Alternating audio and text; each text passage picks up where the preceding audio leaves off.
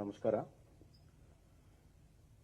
ಭಾರತೀಯ ಜನತಾ ಪಕ್ಷದ ರಾಜ್ಯದ ಅಧ್ಯಕ್ಷರು, ಯುವ ನಾಯಕರು, ಆತ್ಮೀಯರಾದಂಥ ವಿಜೇಂದ್ರ ಅವರೇ, ವಿಧಾನ ಪರಿಷತ್ನಲ್ಲಿ ವಿರೋಧ ಪಕ್ಷದ ನಾಯಕರಾದಂಥ ಚಲವಾದಿ ನಾರಾಯಣಸ್ವಾಮಿ ಅವರೇ, ಹಾಗೂ ವೇದಿಕೆ ಮೇಲಿರುವಂಥ ಎಲ್ಲ ಗಣ್ಯಮಾನ್ಯರೇ, ನೆರೆದಿರುವಂಥ ಎಲ್ಲ ಭಾರತೀಯ ಜನತಾ ಪಕ್ಷದ ಅಭಿಮಾನಿ ಬಂಧುಗಳೇ, ಭಗಿನಿಯರೇ, ಮಾಧ್ಯಮದ ಸ್ನೇಹಿತರು, ಸನ್ಮಾನ್ಯ ಅಧ್ಯಕ್ಷರು ಇನ್ನೊಂದು ವಾಕ್ ಪ್ರೊಟೆಸ್ಟ್ಗೆ ಹೋಗಬೇಕಾಗಿದ್ದರಿಂದ ನಾನು ಹೆಚ್ಚಿಗೆ ಮಾತನಾಡೋದಿಲ್ಲ. ಕೇವಲ 5 ಪಾಯಿಂಟ್ಗಳನ್ನು 2 ನಿಮಿಷದಲ್ಲಿ ಮುಗಿಸ್ತೀನಿ. ಭಾರತಕ್ಕೆ ಸ್ವತಂತ್ರ ಹೆಂಗ್ ಬಂದಿದೆ ಅನ್ನೋದು ಕೂಡ ನಮಗೆಲ್ಲ ಗೊತ್ತಿದೆ. ಒಂದು ಸತ್ಯ ಬಹಳ ಹೊರಗಡೆ ಬರೆದಿರುವಂತದ್ದು, ಸ್ವತಂತ್ರ ಹೋರಾಟ ಸುಮಾರು 100 ವರ್ಷಕ್ಕಿಂತ ಹೆಚ್ಚಾದರೂ ಕೂಡ ಫಲಶ್ರುತಿ ಆಗಲಿಲ್ಲ. ಆದರೆ ಬಾರ್ಡೋಲಿಯಲ್ಲಿ ರೈತ ಸತ್ಯಾಗ್ರಹ ಆದಾಗ, ಚಂಪಾರನ್ನಲ್ಲಿ ಕಾರ್ಮಿಕರ ಸತ್ಯಾಗ್ರಹ ಆದಾಗ ಬಹಳ ದೊಡ್ಡ ಪ್ರಮಾಣದಲ್ಲಾಯಿತು. ವಲ್ಲಭಭಾಯಿ ಪಟೇಲ್ ಅವರ ನೇತೃತ್ವದಲ್ಲಿ ಮತ್ತು ಚಂಪಾರನ್ ಅಲ್ಲಿ ಕೂಡ ಇಂಡಿಗೋ ಬೆಳೆಯುವಂತ ರೈತರು ಸಮೂಹ ಲೇಬರ್ ಆದಾಗ ಬ್ರಿಟಿಷರಿಗೆ ಅನ್ನಿಸ್ತು, ಇನ್ನು ಮುಂದೆ ನಮಗೆ ಉಳಗಾಲ ಇಲ್ಲ. ಇನ್ನು ಮೂರನೇದ್ದು, ನಮ್ಮ ಕಬ್ಬಿಣವನ್ನ, ನಮ್ಮ ಬಟ್ಟೆಯನ್ನ, ನಮ್ಮ ಬೇಕು ಬೇಡಿಕೆಗಳನ್ನು ನಾವೇ ತಯಾರು ಮಾಡಕ್ಕೆ ಶುರು ಆದಾಗ ಇಲ್ಲಿ ವ್ಯಾಪಾರಕ್ಕೆ ಸ್ಥಳ ಇಲ್ಲ ಅಂತ ಕೂಡ ಗೊತ್ತಾಯ್ತು. ಅವ್ರಿಗೇನು ಸಾಮಾಜಿಕವಾಗಿ ನಮ್ಮ ದೇಶದಲ್ಲಿ ಆಸಕ್ತಿ ಇರಲಿಲ್ಲ, ಆರ್ಥಿಕವಾದ ಆಸಕ್ತಿ ಇತ್ತು. ಅದು ಯಾವಾಗ ಅವರ ಆರ್ಥಿಕ ಆಸಕ್ತಿ ಈಡೇರಲ್ಲ ಅಂದಾಗ ಅವರು ಇದನ್ನ ದೇಶವನ್ನು ಬಿಡುವಂತ ಪ್ರಯತ್ನ ಮಾಡಿದ್ರು. ಆದ್ರೆ ಸುಮ್ಮನೆ ಬಿಡ್ಲಿಲ್ಲ. ಅವರು ಬಿಡುವಾಗ ಇವ್ರಿಗೆ ಏನು ಬುದ್ಧಿ ಇಲ್ಲ, ಇವ್ರ ಸಂವಿಧಾನವನ್ನೇ ರಚನೆ ಮಾಡಕ್ ಸಾಧ್ಯ ಇಲ್ಲ, ಒಂದು ವ್ಯವಸ್ಥಿತ ಆಡಳಿತ ಮಾಡಕ್ ಸಾಧ್ಯ ಇಲ್ಲ ಅಂತ ಒಂದ್ ಕಡೆ, ಇನ್ನೊಂದು ಕಡೆ ಪಾಕಿಸ್ತಾನವನ್ನ ಮಾಡುವಂತ 2 ಹುನ್ನಾರವನ್ನ ಮಾಡಿ ಬಿಟ್ಟು ಹೋದ್ರು. ಸ್ವತಂತ್ರ ಪೂರ್ವದ ಹೋರಾಟದಲ್ಲಿ ಸವಾಲೇನಿತ್ತು, ಸ್ವತಂತ್ರ ನಂತರದ ಸಂವಿಧಾನ ರಚನೆ ನಮ್ಗೆ ಬಹಳ ದೊಡ್ಡ ಸವಾಲಾಗಿತ್ತು. ಆ ಸಂದರ್ಭದಲ್ಲಿ ಅಧ್ಯಕ್ಷರು ಮತ್ತು ಚಲವಾದಿ ನಾರಾಯಣಸ್ವಾಮಿ ಅವರು ಹೇಳಿದ್ರು, ಏನು ಸಂವಿಧಾನ ರಚನೆ ಸಮಿತಿ ಇದೆ, ಸುದೀರ್ಘವಾಗಿ ಚರ್ಚೆ ಮಾಡಿ, ಎಲ್ಲ ಆಯಾಮಗಳನ್ನು ಚರ್ಚೆ ಮಾಡಿ, ಅದಕ್ಕೆ ಬಾಬಾ ಸಾಹೇಬ್ ಅಂಬೇಡ್ಕರ್ ಅವರ ಮಾನವೀಯ ತತ್ವಗಳನ್ನ ಅದರಲ್ಲಿ ಸೇರಿಸಿದ್ರಿಂದ ನಮ್ಮ ಸಂವಿಧಾನ ವಿಶ್ವದಲ್ಲಿ ಅತ್ಯಂತ ಶ್ರೇಷ್ಠ ಸಂವಿಧಾನ. ಸಂವಿಧಾನ ರಚನೆ ಮಾಡುವಾಗ ಹಲವಾರು ದೇಶಗಳ ಸಂವಿಧಾನವನ್ನ ಸ್ಟಡಿ ಮಾಡಿ, ಎಲ್ಲವನ್ನೂ ಮಾಡಿ, ಇದು ಸರ್ವಕಾಲಿಕವಾಗಿ ಜೀವಂತ ಇರುವಂತಹ ಒಂದು ಸಂವಿಧಾನ ರಚನೆ ಆಗಬೇಕು ಅಂತ ಹೇಳಿ ದೂರದೃಷ್ಟಿಯಿಂದ ಈ ಸಂವಿಧಾನ ರಚನೆ ಆಗಿದೆ. ಬಾಬಾ ಸಾಹೇಬ್ ಅಂಬೇಡ್ಕರ್ ಅವರ ಆಶೆ ಇವತ್ತು ಈ ದೇಶದಲ್ಲಿ ಸರ್ವ ಸ್ವತಂತ್ರ, ವ್ಯಕ್ತಿಯ ಸ್ವತಂತ್ರ, ಸಮಾನತೆಯ ಒಂದು ಬದುಕು ನಾವೆಲ್ಲರೂ ಕೂಡ ಇವತ್ತು ನಡೆಸ್ತಾ ಇದ್ದೇವೆ ಅನ್ನೋದನ್ನ ಯಾರು ಕೂಡ ಮರಿಬಾರದು. ಇನ್ನ ಈ ಸಂವಿಧಾನ ಯಶಸ್ವಿ ಆಗಬೇಕು, ಭಾರತ ಯಶಸ್ವಿ ಆಗಬೇಕಾದ್ರೆ ಸಂವಿಧಾನದ ಆಶೆಗಳು ಈಡೇರಬೇಕು ಮತ್ತು ಸಂವಿಧಾನ ಯಶಸ್ವಿಯಾಗಿ ಮುಂದುವರಿಬೇಕು. ಭಾರತ ಯಶಸ್ಸು ಈ ಸಂವಿಧಾನದ ಆಶೆಗಳನ್ನು ಈಡೇರಿಸುವುದರಲ್ಲಿದೆ ಅನ್ನೋದನ್ನ ಯಾರು ಕೂಡ ನಾವು ಮರಿಬಾರದು.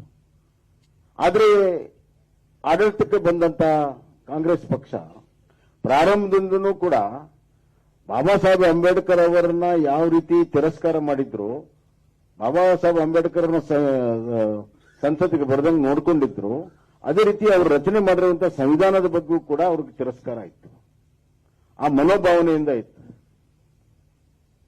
ಅದಕ್ಕಾಗಿ ಕಾಂಗ್ರೆಸ್ ಆಡಳಿತದಲ್ಲಿ ಸಂವಿಧಾನದ ಮೂಲ ಸ್ಟ್ರಕ್ಚರ್ವನ್ನೇ ಬದಲಾವಣೆ ಮಾಡಬೇಕು ಅಂತ ಹೇಳಿ ಪ್ರಯತ್ನ ಮಾಡಿದ್ರು. ಇದು ಚರ್ಚೆ ಆಗಲ್ಲ, ಒಮ್ಮೆ ಎಮರ್ಜೆನ್ಸಿಗೆ ಬರ್ತೇವೆ. ಎಮರ್ಜೆನ್ಸಿ ಪೂರ್ವದಲ್ಲೇ ಇದರ ಬೇಸಿಕ್ ಸ್ಟ್ರಕ್ಚರ್ ಅಂತ ಏನ್ ಕೇಳ್ತೀವಿ, ಮೂಲ ಒಂದು ಸ್ಥೂಲವಾಗಿರುವಂತಹ ಒಂದು ಸ್ಟ್ರಕ್ಚರ್ ಏನಿದೆ ಅದನ್ನು ಬದಲಾವಣೆ ಮಾಡೋ ಪ್ರಯತ್ನ ಮಾಡಿದ್ರು. ಆವಾಗ ಕೇರಳದ ಕೇಶವಾನಂದ ಭಾರತಿ ಗುರುಗಳು ಅದನ್ನ ಸುಪ್ರೀಂ ಕೋರ್ಟ್ನಲ್ಲಿ ಚಾಲೆಂಜ್ ಮಾಡಿ ಕಾನ್ಸ್ಟಿಟ್ಯೂಷನ್ ಬೆಂಚ್ ಯಾವುದೇ ಕಾರಣಕ್ಕೂ ಸಂವಿಧಾನದ ಸ್ಟ್ರಕ್ಚರ್ ಬದಲಾವಣೆ ಮಾಡಂಗಿಲ್ಲ ಅನ್ನುವಂತಹ ಒಂದು ಸ್ಪಷ್ಟವಾದ ಆದೇಶವನ್ನು ಕೊಟ್ಟರು. ಇದು ಕಾಂಗ್ರೆಸ್ ಸಂವಿಧಾನ ಬದಲಾವಣೆ ಮಾಡುವಂತಹ ಮೊದಲ ಪ್ರಯತ್ನಕ್ಕೆ ಹಿನ್ನಡೆ ಆಯಿತು. ಇದು ಕಾಂಗ್ರೆಸ್ಸಿನ ಒಂದು ದಾಖಲೆ, ಅವ್ರದೊಂದು ಟ್ರ್ಯಾಕ್ ರೆಕಾರ್ಡ್. ಎರಡನೇದು ಎಮರ್ಜೆನ್ಸಿ, ಎಲ್ಲರೂ ಮಾತಾಡಿದ್ದಾರೆ, ನಾನು ಮಾತಾಡೋದಿಲ್ಲ. ವ್ಯಕ್ತಿಯ ಸ್ವಾತಂತ್ರ್ಯ, ಸಾರ್ವಜನಿಕ ಅಭಿವ್ಯಕ್ತ ಸ್ವಾತಂತ್ರ್ಯ, ಪ್ರೆಸ್ಸಿನ ಸ್ವಾತಂತ್ರ್ಯ, ಎಲ್ಲ ಸ್ವಾತಂತ್ರ್ಯಗಳನ್ನ, ಎಲ್ಲ ಇದನ್ನ ಹಕ್ಕುಗಳನ್ನ ಸಂಪೂರ್ಣ ಮೊಟಕುಗೊಳಿಸಿದೆ. ಯಾಕೆ? ಯಾಕೆ ಮಾಡಿದ್ರು ಅಂತಂದ್ರೆ ಇಂದಿರಾ ಗಾಂಧಿ ಅವರ ಕುರ್ಚಿಯನ್ನು ಉಳಿಸೋ ಸಲುವಾಗಿ ಏನು ಅಲಹಾಬಾದ್ ಹೈಕೋರ್ಟ್ ಬೆಂಚಿನ ಆದೇಶ ಇತ್ತು ಅದನ್ನ ಅದರ ಹೊರತಾಗಿ ಕುರ್ಚಿಯನ್ನು ಮುಂದುವರಿಬೇಕನ್ನೋ ಸಲುವಾಗಿ ಎಮರ್ಜೆನ್ಸಿಯನ್ನು ಡಿಕ್ಲೇರ್ ಮಾಡಿದ್ರು. ಕಾರಣ ಬಹಳ ಮುಖ್ಯ. ಯಾವುದೋ ದೇಶಕ್ಕಾಗಿ ಆಂತರಿಕವಾಗಿ ಆಗಿದೆಯಲ್ಲ, ಆ ಕ್ಲಾಸ್ ಇದ್ದಿದ್ದು ಆರ್ಟಿಕಲ್ 42ದಲ್ಲಿ ದೇಶಕ್ಕೆ ಬಾಹ್ಯದಿಂದ ಆಂತರಿಕವಾಗಿ ಭದ್ರತೆಯ ಪ್ರಶ್ನೆ ಬಂದಾಗ ಉಪಯೋಗ ಮಾಡಬೇಕನ್ನೋದನ್ನ ವೈಯಕ್ತಿಕ ಕಾರಣಕ್ಕಾಗಿ ಅದನ್ನ ಬಳಕೆ ಮಾಡಿದ್ರು. ಅದು ಒಂದು. ಇನ್ನು ಮೂರನೇದು, ಇವರು ಅಲ್ಲಿಗೆ ನಿಲ್ಲಿಲ್ಲ. ಶಾಬಾನು ಕೇಸ್ ಆಯ್ತು.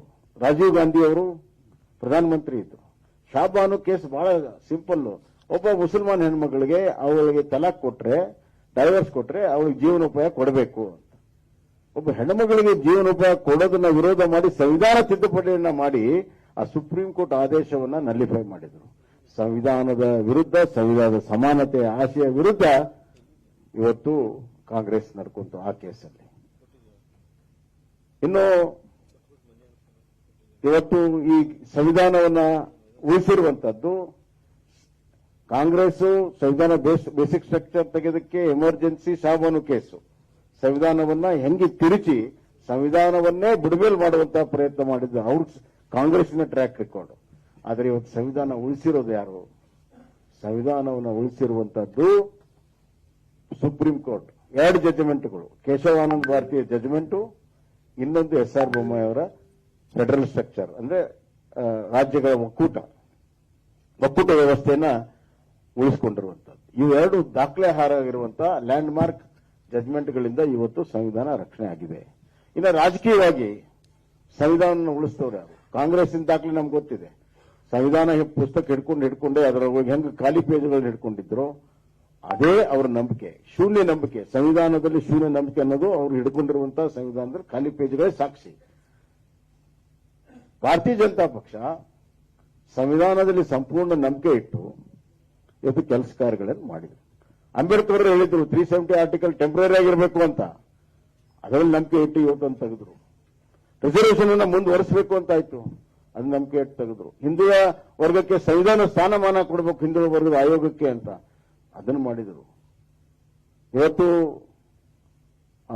ಆರ್ಥಿಕವಾಗಿ ಹಿಂದುಳಿದವರ ಅವ್ರಿಗೂ ಕೂಡ ನ್ಯಾಯ ಕೊಡಬೇಕು ಅಂತೇಳಿ ಅವ್ರಿಗೆ 10% ರಿಸರ್ವೇಷನ್ ಕೊಡುವಂತ ಕೆಲಸವನ್ನ ಮಾಡಿದರು. ಹೀಗೆ ಕಾಲಕ್ಕೆ ತಕ್ಕಾಗೆ ಪ್ರಗತಿದಾಯಕವಾಗಿರುವಂತಹ ಸಂವಿಧಾನದ ಆಶಯಗಳನ್ನ ಈಡೇರಿಸುವಂತಹ ಪ್ರಯತ್ನ ಭಾರತೀಯ ಜನತಾ ಪಕ್ಷ ಮಾಡಿದೆ. ಆದ್ರಿಂದ ಈ ಅಪಪ್ರಚಾರ ಬಹಳ ದಿವಸ ನಡೆಯುವುದಿಲ್ಲ. ರಾಹುಲ್ ಗಾಂಧಿಯವರ ಅಪಪ್ರಚಾರ ಕಾಂಗ್ರೆಸ್ನವರು ಅದನ್ನು ನಂಬ್ತಾ ಇಲ್ಲ. ಕಾಂಗ್ರೆಸ್ನವರು ರಾಹುಲ್ ಗಾಂಧಿಯ ವಿಚಾರವನ್ನು ನಂಬ್ತಾ ಇಲ್ಲ. ಹೀಗಾಗಿ ನಾವು ನಮ್ಮ ಗಟ್ಟಿ ಧ್ವನಿಯಲ್ಲಿ ಸಂವಿಧಾನದ ಬದ್ಧತೆಯನ್ನ ಪ್ರದರ್ಶನ ಮಾಡುವಂತಹದ್ದು ಇವತ್ತಿನ ಅವಶ್ಯಕತೆ ಇದೆ. ಸಂವಿಧಾನಕ್ಕೆ ಕತ್ತರೆ ಬಂದಿದೆ ಅಂತಲ್ಲ, ಆದರೆ ಇಂಥ ಶಕ್ತಿಗಳು ಸಂವಿಧಾನವನ್ನ ತಿರುಚುವಂತ, ಸಂವಿಧಾನವನ್ನ ಮೊಟಕುಗೊಳಿಸುವಂತ, ಸಂವಿಧಾನ ಹೆಸರಿನಲ್ಲಿ ಇವತ್ತೇನು ಮಾಡ್ತಾ ಇದ್ದಾರೆ ಅದನ್ನ ವಿರೋಧ ಮಾಡುವ ಸಲುವಾಗಿ ನಾವು ಗಟ್ಟಿ ಧ್ವನಿಯಲ್ಲಿ ಸಂವಿಧಾನದ ಬದ್ಧತೆಯನ್ನು ಪ್ರದರ್ಶನ ಮಾಡಬೇಕು. ನಮ್ಮ ಪಕ್ಷ 2 ತಿಂಗಳ ಕಾರ್ಯಕ್ರಮ ಏನಾಗಿದೆ, ಪ್ರತಿಯೊಬ್ಬರೂ ಕೂಡ ಭಾಗವಹಿಸಿ ಸಂವಿಧಾನವನ್ನು ಎತ್ತಿಡಬೇಕು. ಮತ್ತು ನಮ್ಮ ಸಂವಿಧಾನ ಎಷ್ಟು ಚೆನ್ನಾಗಿದೆ ಅಂದ್ರೆ ಒಂದು ಸರ್ಕಾರ ಬಹುಮತ ಕಳ್ಕೊಂಡು ಇನ್ನೊಂದು ಸರ್ಕಾರ ಅದನ್ನ ಪಡ್ಕೊಳ್ಳುವಾಗ ಟ್ರಾನ್ಸಿಷನ್ ಏನಿದೆ ಬಹಳ ಸ್ಮೂತ್ ಆಗಿ ನಡೀತಿದೆ ಬೇರೆ ದೇಶಗಳಕ್ಕಿಂತ. ಅದು ಸಂವಿಧಾನದ ಬಲ. ಸಂವಿಧಾನದಲ್ಲಿ ಇವತ್ತು ಚುನಾವಣೆಗಳು ಎಷ್ಟು ಮುಖ್ಯನೋ, ಚುನಾವಣೆಯ ನಂತರವೂ ಕೂಡ ಪಾಲುಗೊಳ್ಳುವಿಕೆಯ ಪ್ರಜಾಪ್ರಭುತ್ವ ಬಹಳ ಮುಖ್ಯ ಅಂತ ಸಂವಿಧಾನ ಏನು ಹೇಳ್ತದೆ, ಅದನ್ನ ನಮ್ಮ ಭಾರತೀಯ ಜನತಾ ಪಕ್ಷ ಇವತ್ತು ಅಕ್ಷರಶಃ ಪಾಲನೆ ಮಾಡ್ತಾ ಇದೆ. ಭಾರತದ ಭವಿಷ್ಯ, ಸಂವಿಧಾನದ ಭವಿಷ್ಯ, ಭಾರತೀಯ ಜನತಾ ಪಕ್ಷದ ಭವಿಷ್ಯ ಎಲ್ಲವೂ ಕೂಡ ಒಂದಾಗಿದೆ. ಅದು ತಕ್ಕಾಗೆ ನಾವು ಮುಂದಿನ ದಿನಗಳಲ್ಲಿ ನಡ್ಕೊಳ್ಳೋಣ, ಬದ್ಧತೆಯನ್ನು ಪ್ರದರ್ಶನ ಮಾಡೋಣ. ಇವತ್ತು ಸಂವಿಧಾನ ದಿನ, ಸಮರ್ಪಣೆ ದಿವಸ ನಮ್ಮನ್ನು ನಾವೇ ಸಮರ್ಪಣೆ ಮಾಡ್ಕೊಳ್ಳೋಣ ಅಂತ ಮಾತನ್ನು ಹೇಳಿ ತಮಗೆಲ್ಲರೂ ವಂದಿಸಿ ನನ್ನ ಮಾತನ್ನು